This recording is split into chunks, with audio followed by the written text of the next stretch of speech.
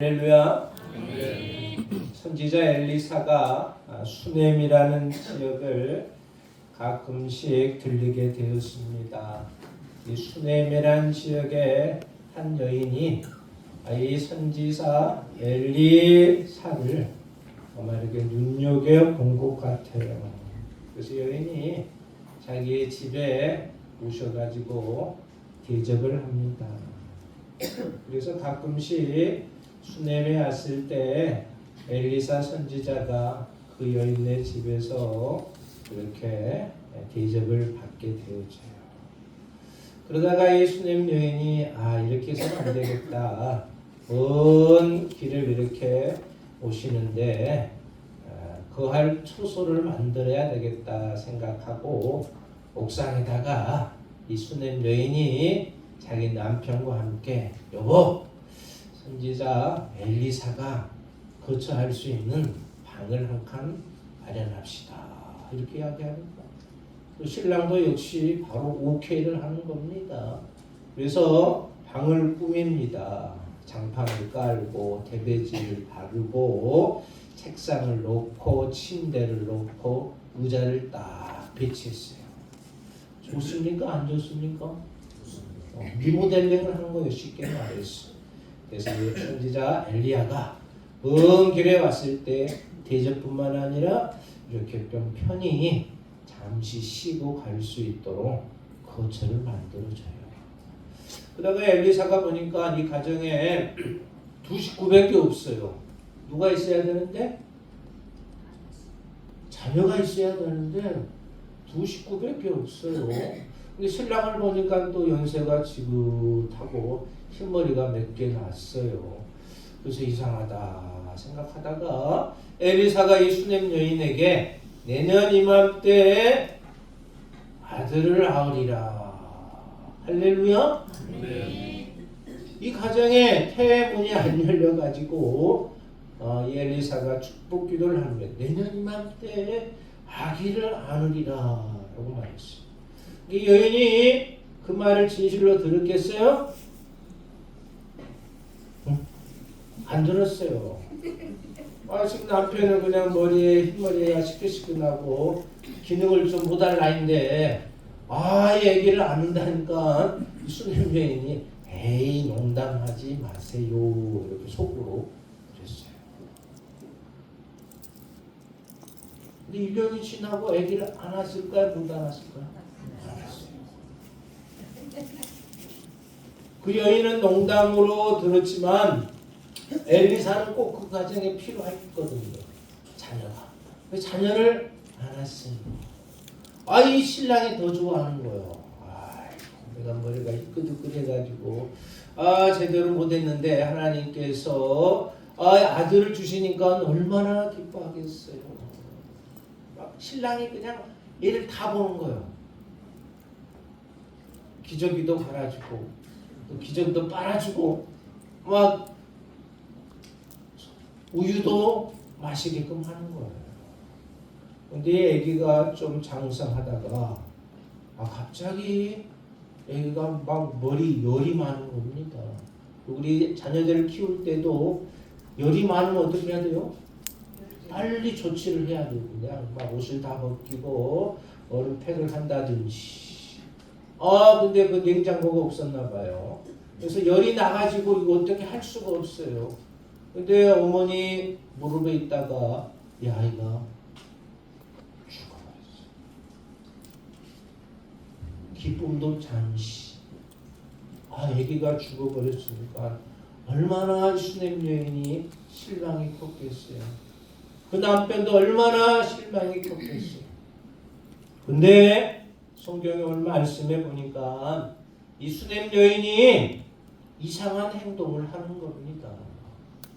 자녀가 죽어버렸으니까 이상한 행동을 하겠어요? 못하겠어요? 그런 분이 없어서 죄송합니다. 이 아기가 죽어버렸으니 이 수넴 여인이 이상한 행동을 하는 거예요. 동네 가가지고 내 아들이 죽었습니다. 통곡도 안 했어요. 원망도 안 했습니다. 좌절도 안 했어요. 하나님께 불평도 안 했어요. 죽은 아이를 안고 어디 방에다 엘리사 집을 마련했다고 그랬죠? 옥상에다. 이 아이를 안고 옥상으로 가는 거, 엘리사가 묵었던 방으로. 그리고 침대에다가 엘리사가 누웠던 침대에다가 다 아이를 이렇게 놓는 겁니다. 죽은 아이를. 왜 그랬겠어요? 하나님의 선지자 엘리사가 살릴 수 있다라는 믿음이 있었다. 그래서 예의를 딱 놓고 첫 번째 행동이었습니다. 두 번째 이 수냄 여인이 이상한 행동을 하는 겁니다. 자기 남편에게 말하는, 여보, 지금 엘리사가 있는 그곳에 내가 가려고 합니다. 종 한 명과 낙타 한 마리를 나에게 좀 내주세요. 그러니까 남편이 그러셔. 한 명의 종과 낙타를 이렇게 내주는 거예요. 수냄 여인 좀 급하는 거 급해요. 낙타를 타고 그냥 셩셩 유랑하는 것이 아니지. 엘리사가 있는 그곳에 그냥 단숨에 가는 겁니다. 종하고 낙타 타고 그냥 등에 올라타면 좋을 판인데 걸어서 엘리사가 있는 곳까지 도착을 해요. 딱 보니까 이 수냄 여인이 엘리사의 다리를 꽉 잡는 거예요. 내 아들이 지금 죽었사오니 살려주십시오. 엘리사의 종 게하시가 이거 여인이 왜 우리 주인의 다리를 잡고 이렇습니까? 하고 이렇게 못하도록 말렸어요. 그렇지만 엘리사는 아니다. 어떤 사정이 있을 것 같아. 놔두어라. 하니까 이 수냄 여인이 이 아기가 죽었던 이야기를 하는 겁니다. 엘리사가 그러면 내 종을 데리고 가가지고 종과 함께 가거라 라고 이렇게 이야기했어요. 이 수냄 여인이 아니올시다. 엘리사 선지자가 함께 가야 됩니다 라는 것이죠. 마지못해서 엘리사가 셋이서 이 수냄 여인 집까지 가게 되지 않습니까? 강권적으로 엘리사를 부탁해가지고 갔어요. 가보니까 역시 그 아이가 죽어 있는 겁니다. 근데 엘리사가 도착함으로 인하여 죽은 아이가 어떻게 됐습니까? 살아났다라는 겁니다. 네. 할렐루야. 네. 죽은 아이가 살아났다는 얘기가 오늘 본문에 기록되어 있는 내용입니다. 죽은 아이가 어떻게 살아났을까? 소생할 수가 있었을까? 우리가 몇 가지를 살펴보고자 합니다. 첫 번째, 하나님을 찾아야 한다라는 겁니다. 하나님을 찾으면 죽었던 영혼이 소생할 수가 있다라는 겁니다. 죽은 영혼이 또한 살아있는 신앙을 갖게 되어진다라는 겁니다. 여러분 이번 한 주간 하나님을 찾으시기를 바랍니다. 하나님을 찾으셔서 내가 있는 그곳에서 소생되어지시기를 주의 이름으로 축원드립니다. 방금 말씀드렸죠. 정말로 그 아이가 죽었을 때 누구한테 가가지고 이야기했습니까? 누구한테 가가지고 원망 불평했습니까? 아니올시다라는 겁니다. 죽은 아이를 엘리사 선지자의 침상에 놔두고 바로 어디로 갔다고요? 엘리사를 찾으러 갔다라는 겁니다. 성경에 보니까 수냄 여인이 귀가하는 집과 엘리사가 머물고 있는 그곳은 거의 한 24km 정도 된다고요. 24km면 차로 한 국도면 한 20분 걸릴 것이고 걸어서는 꽤 오랜 시간 걸릴 것 같아요. 1,5시간 걸릴 것 같아요. 걸어서. 죽은 아이를 놓고 걸어서 완전히 그냥 막 거의 뛰다시피 해서 엘리사를 찾아갔다라는 겁니다. 하나님의 종 엘리사가 죽은 아이를 살릴 수 있다라는 믿음을 갖고 같다라는 겁니다.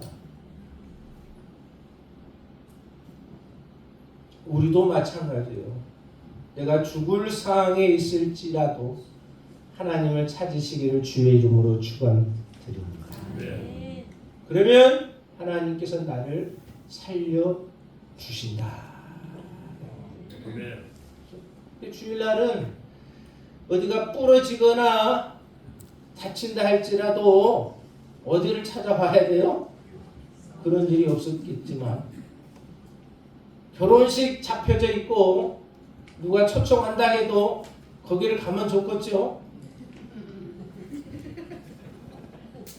그러면 안 된다는 거예요. 그냥 축의금 보내고 말해 그냥 바쁜 시장에 일일이 다 찾아가 시간 소비하고 하나님 앞에 예배 드릴 시간에 예배를 드려야지. 아기가 죽어서 찾아가 있어요. 주님을 엘리사를 찾아갔다라는 겁니다. 여러분 돈을 잃거나 명언을 잃거나 자존심을 손상당할 때 펄펄 뜁니까 안 뜁니까? 그렇죠. 분명히 지갑에다가 100만 원 넣어놨는데 어디서 떨어졌는지 기억이 안 나는 거예요. 펄펄 뛰어 안 뛰어? 뛸 수밖에 없다라는 겁니다. 아마 지금 아기가 죽었으니 그만큼 더 뛰었을 것 같아요. 낙타 메고 종 데리고 갔지만 아마 막 급해가지고 막 앞장서서 수냄 여행 간 것 같다라는 겁니다. 우리는 급할수록 주님을 찾기를 바랍니다. 네. 그리하면 주님이 그 문제를 해결해 주신다라는 겁니다. 소생케 주신다라는 겁니다. 이 여인이 하나님을 찾았으니 소생할 수 있었다 아들이. 두 번째 죽은 아이가 어떻게 소생을 했을까? 오늘 본문의 말씀에 그렇습니다. 엘리사가 수냄 여인이 지어놓은 니보넬레한 옥탑집을 가봤어요. 방을 가봤어요. 그 방의 문을 열자마자 자기가 누웠던 침상에 죽은 아이를 그렇게 눕혀 놨다라는 겁니다. 33절에 보니까 들어가서는 문을 닫으니라고 말씀합니다. 엘리사가 옥탑방에 들어가자마자 문을 닫았다. 수냄 여인과 둘이 들어갔습니까? 혼자 들어갔어요. 수냄 여인은 저기 있고 혼자 들어가 보니 죽은 아이가 침상에 눕혀 있었다. 이와 비슷한 내용이 마태복음에 등장합니다. 마태복음 6장 6절에 보니까 너희는 기도할 때 골방에 들어가 문을 닫고서 은밀한 데 계시는 내 아버지께 뭐하라? 기도하라. 골방에 들어가 뭘 닫고? 문을 닫고. 자, 엘리사가 문을 닫았어요. 문을 활짝 열어놓을 수도 있을 것 같은데 성경에 보니까 문을 닫았다라고 말씀해 줍니다. 잠시 잠깐 세상과 단절함이 필요함을 강조해 주고 있다라는 겁니다. 우리도 마찬가지입니다. 급박한 일이 발생했을 때 하나님을 찾고 잠시 잠깐만이라도 세상과 뭐 해야 된다? 단절해야 된다. 하나님을 만나려면 세상과 단절을 해야 된다. 근데 요즘 세상에 바쁜 시대에 어떻게 하나님과 단절할 수 있겠어요? 눈을 뜨면 핸드폰을 봐야 되고 핸드폰 일정을 봐야 되는데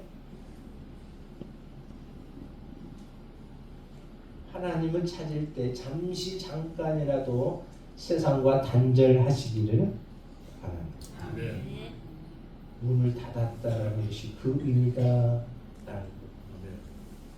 예수님의 공생의 짧은 3년이었지만 예수님도 세상과 단절하는 피로함을 느꼈습니다. 그래서 밤마다 어디를 갔습니까? 기도하러 갔어요. 얼마나 예수님 바쁘시겠어요. 그렇지만 그 시간만큼은 세상과 단절하기 위해서 감람산에 갔다. 마태복음 13장 23절에 보니까 군중을 보내신 뒤에 조용히 기도하시려 산으로 올라가셔서 날이 이미 저물었음에도 불구하고 거기서 혼자 계시더라 라고 말씀합니다. 바쁜 세상 중에서도 세상과 짧은 단절이 있으면서 하나님과 교제하시기를 주의 이름으로 축원드립니다. 엘리사가 그런 것 같아요. 수냄님도 들어오지 말고 문을 딱 닫고 자기와 죽은 아이 단둘이 있었다. 여러분도 그러시기 바랍니다. 하나님과 나 사이에 단둘이 머무는 시간이 있으면 어떠한다? 소생할 수가 있다. 세 번째 보니까 어떻게 죽은 아이가 소생했습니까? 문을 닫고 난 다음에 엘리사가 어떻게 했습니까? 두 사람뿐이라 엘리사가 여호와께 기도하고 죽은 아이를 사람으로 인정했다는 거 아닌 인정했다는 거? 인정했다는 거. 자기와 죽은 아이 두 사람뿐이라 여호와께 기도했다. 그도 세상과의 단절의 시간이 있고 그 단절의 시간에 하나님께 기도하시기를 바랍니다. 그러면 하나님께서 역사해 주신다. 사도행전 9장 40절에 보니까 이런 말씀이 있습니다. 베드로가 사람을 다 내어 보내고 무릎을 꿇고 기도하고 돌이켜 시체를 향하여 가로되 다비다여 일어나라 하시니 그가 눈을 떠 베드로를 보고 일어나 앉은지라. 다비다가 죽었거든요. 베드로가 기도하는 모습이. 사람을 다 내보내고 둘이 있었나 봐요. 죽은 시신 앞에서 베드로가 시신을 향하여 가로되 다비다여 일어나라 하니 죽었던 다비다가 일어났다. 여기 보니까 뭐라 그랬어? 무릎 꿇고 기도했다. 다 내보내고 잠시 잠깐 세상과 단절하고 베드로가 간절히 무릎 꿇고 기도하니 죽은 영혼이 살아났다. 라는 겁니다. 기도는 주문이 아닙니다. 중얼중얼 자기의 소원을 비는 것이 결코 아닙니다. 자기의 사정을 낱낱이 하나님께 아뢰는 겁니다. 주님 나는 부족하오매 하나님이 함께하여 주시옵소서. 그것이 기도라라는 것입니다. 그죠? 나는 연약하오니 하나님이 해결하여 주시옵소서. 그냥 하나님께 다 맡기는 것이 기도다라는 겁니다. 엘리사도 그랬고 베드로도 그랬다라는 겁니다. 하나님께 다 맡기고 기도하는. 죽었던 다비다가 살아나고 죽었던 아이가 살아났다라는 겁니다.